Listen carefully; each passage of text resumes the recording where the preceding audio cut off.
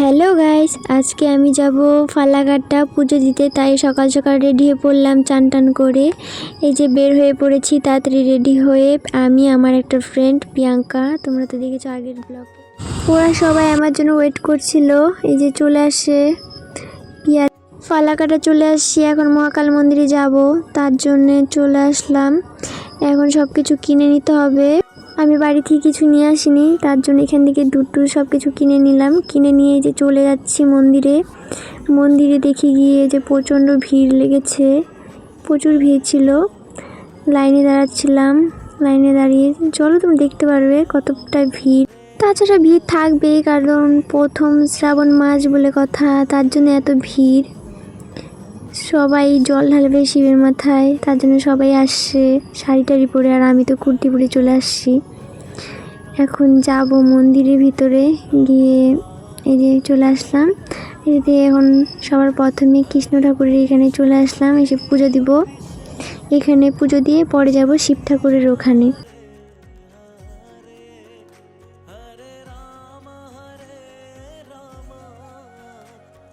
আমার কৃষ্ণ ঠাকুরের পুজো দেওয়া কমপ্লিট হয়ে গেছে। এখন যাব শিব ঠাকুরের ওখানে লাইন দাঁড়াবো। লাইন দাঁড়িয়ে তারপরে শিবের মাথায় জল ঢালবো। এখানে সবাই লাইন দাঁড়িয়েছে, দেখো।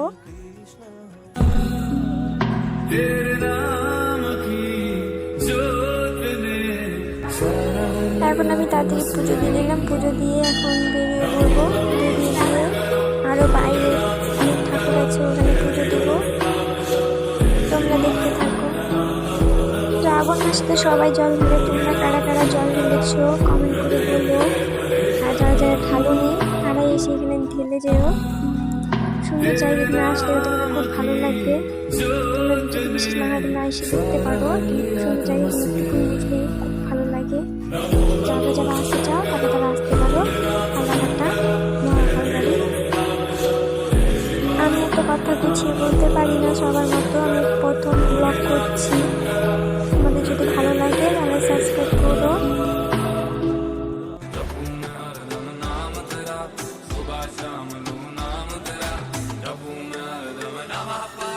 আমার পুজো দেওয়া হয়ে গেছে। এখন আমি প্রদীপগুলো ধরাতে পারছিলাম না, কারণ প্রচণ্ড হাওয়া ছিল, তার জন্য প্রদীপগুলো ধরাতে পারছিলাম না। তারপর ওখান থেকে ধরে নিলাম। ধরে নিয়ে যে বাইরে ঠাকুর আছে এখানে পুজো দিচ্ছিলাম। বাইরের পুজো হয়ে গেলে পরে আবার ওই দিকে আর ঠাকুর আছে, ওখানে দেখাবো। ওখানে কত সুন্দর সুন্দর ঠাকুর আছে, আর জায়গাটা কত সুন্দর, দেখলে পরে বুঝতে পারবে কত সুন্দর জায়গাটা।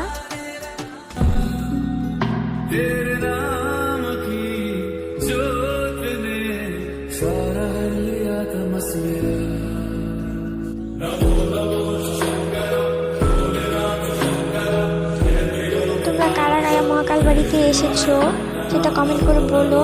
আর বলো যে জায়গাটা কত সুন্দর সেটাও বলো। দেখো কত সুন্দর জায়গাটা, দেখো নদীর পাড়টা। এই জায়গাটা দেখো কত সুন্দর। এখানে কিছুক্ষণ থাকলে পরে খুব ভালো লাগে।